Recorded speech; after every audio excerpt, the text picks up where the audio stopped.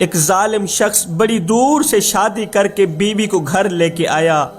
کچھ عرصہ گزرنے کے بعد بیوی پر ظلم کرنا شروع کر دیا، دکھ دیتا، درد دیتا۔ اس نے بیوی کی زندگی اجیرن بنا دی۔ ہائے والدین کے گھر، ماں باپ کے گھر، پھولوں کے بستر پہ سونے والی شہزادی کو کانٹوں کے بستر پہ سونے پہ مجبور کر دیا۔ اب یہ عورت دکھوں کی دلدل میں، دردوں کی دلدل میں کچھ اس طرح پھنسی کہ تاب نہ لا سکی۔ اس عورت کا انتقال ہو گیا۔ جب عزیز و اقارب اسے دفنانے لگے تو دیکھ کر حیران رہ گئے کہ قبر میں روشنی ہی روشنی ہے۔ چمکتے نور نے ساری قبر کو روشن کیا ہوا ہے۔ قبر جنت کے باغوں میں سے باغ بنی ہوئی ہے۔ عورت کی پیشانی سے نور کچھ اس طرح چمک رہا ہے کہ کفن کے باہر سے نمودار ہو رہا ہے۔ اس کی تدفین کے بعد اللہ کی ایک نیک بندی نے اسے خواب میں دیکھا کہ وہ عورت جنت میں ٹہل رہی، جنت میں گھوم پھر رہی ہے۔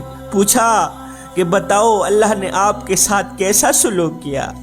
اے اسلام کی مقدس شہزادی، اے مظلومہ عورت، بتا تو صحیح اللہ نے تیرے ساتھ کیسا معاملہ کیا؟ کہا 3 کاموں کی وجہ سے میں بخشی گئی۔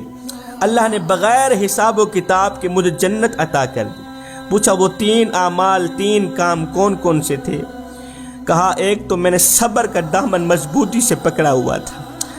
شوہر میرے اوپر ظلم کرتا، میں صبر کرتی، میرا کھانا پینا بند کر دیتا، میں صبر کرتی۔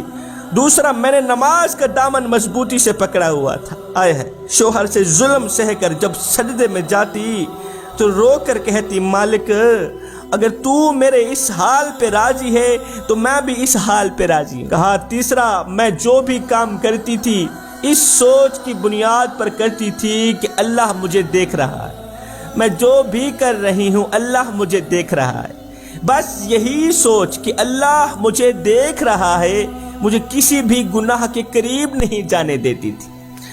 اے اسلام کی مقدس شہزادیوں، ان 3 اعمالوں کی وجہ سے اللہ نے مجھے بخش بھی دیا ہے اور جنت میں خوبصورت سا گھر بھی عطا کیا ہے۔